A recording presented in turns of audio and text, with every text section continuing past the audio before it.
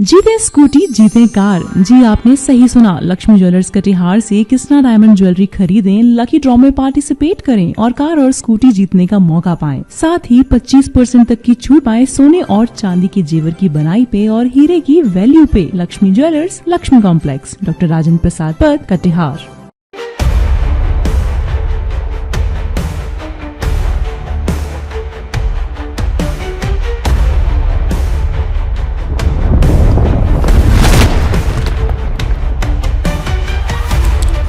चुनावी संग्राम का दौर है और ऐसे में हम बात करेंगे आज कदवा विधानसभा की।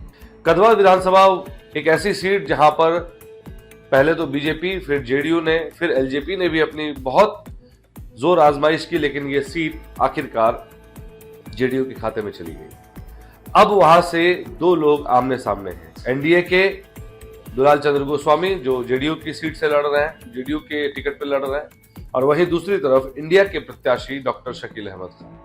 तो आइए बात करते हैं आज सियासी बायोपिक में डॉक्टर शकील अहमद खान के बारे में। नमस्कार, आप देख रहे हैं बीएमडब्ल्यू न्यूज बिहार का खास कार्यक्रम सियासी बायोपिक। देखिए, हर बड़ी यात्रा की शुरुआत एक छोटे से कदम से होती है। 1 जनवरी 1965 को बिहार के कटिहार जिले के काबरकोठी गांव में एक बालक का जन्म हुआ जिनका नाम था शकील अहमद खान। उनकी प्राथमिक शिक्षा उनके पुश्तैनी गांव में हुई और उसके बाद गांव की सरहदों को पार करके शकील अहमद खान पटना विश्वविद्यालय से अपनी स्नातक की परीक्षा उत्तीर्ण करते हैं।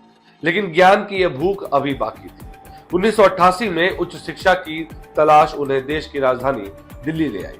वहां पहुंचने पर जवाहरलाल नेहरू विश्वविद्यालय, जहां उन्होंने न सिर्फ एमए, एमफिल की उपलब्धियां हासिल की बल्कि अपनी पीएचडी भी पूरी की। अब बात करते हैं उनकी राजनीति में एंट्री को लेकर। तो देखिए, छात्र राजनीति से उनका उदय हुआ। जेएनयू सिर्फ शिक्षा का केंद्र नहीं था, ये एक वैचारिक युद्ध भूमि थी। यहीं पर शकील अहमद खान के भीतर का नेता जागा। उन्होंने अपने राजनीतिक जीवन की शुरुआत छात्र नेता के रूप में की। शुरुआत में वो भारतीय कम्युनिस्ट पार्टी यानी कि मार्क्सवादी से जुड़े छात्र संगठन एसएफआई के कार्यकर्ता रहे और जल्द ही उनकी नेतृत्व क्षमता ने उन्हें पहचान दिला। वो जवाहरलाल नेहरू विश्वविद्यालय यानी कि जेएनयू छात्र संघ के उपाध्यक्ष चुने गए। और फिर वो ऐतिहासिक वर्ष आया 1992 में, जब शकील अहमद खान जवाहरलाल नेहरू विश्वविद्यालय छात्र संघ के अध्यक्ष के रूप में निर्वाचित हुए। ये एक युवा जमीनी नेता के उदय का शंखनाद था।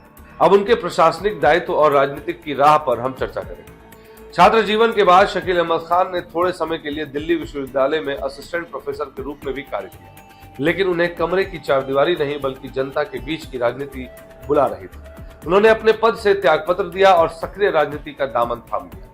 राजनीतिक सक्रियता के साथ साथ उन्होंने देश के सबसे बड़े युवा स्वयंसेवी संगठन नेहरू युवा केंद्र संगठन यानी कि NYKS में महत्वपूर्ण भूमिका निभाई। वो इसके उपाध्यक्ष चुने गए और फिर वर्ष 2006 से 2009 तक उन्होंने इस संगठन के महानिदेशक के पद पर कार्य किया। शकील अहमद खान ने भारतीय राष्ट्रीय कांग्रेस की सदस्यता ग्रहण की और बिहार की राजनीति में अपनी जगह बनाने के लिए संघर्ष भी किया। उन्होंने कटिहार और अररिया संसदीय क्षेत्र से चुनाव लड़ा, लेकिन सफलता उनसे दूर रही। आखिरकार उनकी मेहनत रंग लाई।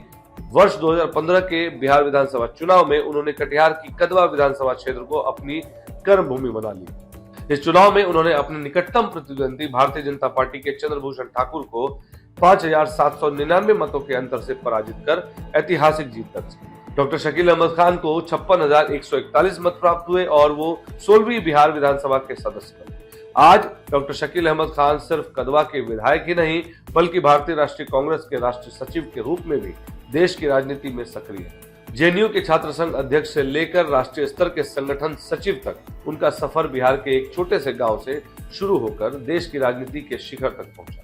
वो 2015 तथा 2020 के विधानसभा चुनाव लगातार 2 बार कदवा की जमीन पर से जीतकर विधानसभा पहुंचे और पार्टी उन पर एक बार फिर विश्वास जताई है। और अब डॉक्टर शकील अहमद खान लगातार तीसरी बार फतेह हासिल करने को लेकर प्रयास कर रहे हैं। तो ये थी शकील अहमद खान के बारे में एक सियासी बायोपिक के जरिए आपको उनका परिचय देना। लेकिन सबसे बड़ा सवाल उठता है कि इतनी बड़ी राजनीतिक हस्ती होने के बाद आज वो कदवा से चुनाव लड़ रहे हैं। कदवा में लोगों का प्यार उनको मिल रहा है, लेकिन उनके प्रतिद्वंदी दुलाल चंद्र गोस्वामी जो एनडीए के बड़े नेता माने जाते हैं, एनडीए में सांसद भी रहे, अब वो उनके साथ विधायकी का चुनाव लड़ रहे हैं। अब संशय ये है लोगों के बीच, जो कदवा विधानसभा जब हम लोग गए वहां पर लोगों से जब बात की तो लोगों का कहना है कि एक सांसद विधायक भी बनना चाहता है, कल को वो सांसद में थे, आज वो विधायक बनना चाहते हैं, और कल वो कहीं फिर मुखिया का चुनाव हो, और अगर वो विधायकी का चुनाव नहीं जीतते हैं तो कहीं ऐसा ना हो कि मुखिया का चुनाव भी वो चुनाव लड़ने के लिए आ जाए।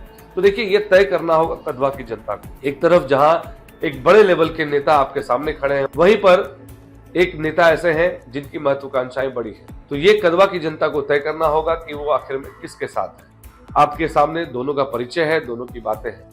अब आप तय करिए। सियासी बायोपिक में इतना ही। आप देख रहे थे बीएमडब्ल्यू न्यूज बिहार का खास कार्यक्रम सियासी बायोपिक। आज की खबर में इतना ही। खबर अच्छी लगी हो तो कमेंट में हमें जरूर लिखें और बने रहे बीएमडब्ल्यू न्यूज बिहार की तमाम खबरों के साथ। बहुत बहुत धन्यवाद।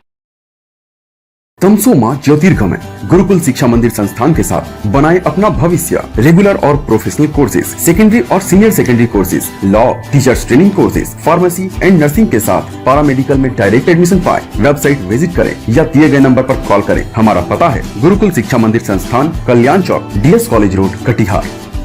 हमारा वीडियो अगर आपको अच्छा लगा हो तो आप हमारे वीडियो को लाइक करें, शेयर करें और हमारे चैनल को सब्सक्राइब जरूर करें।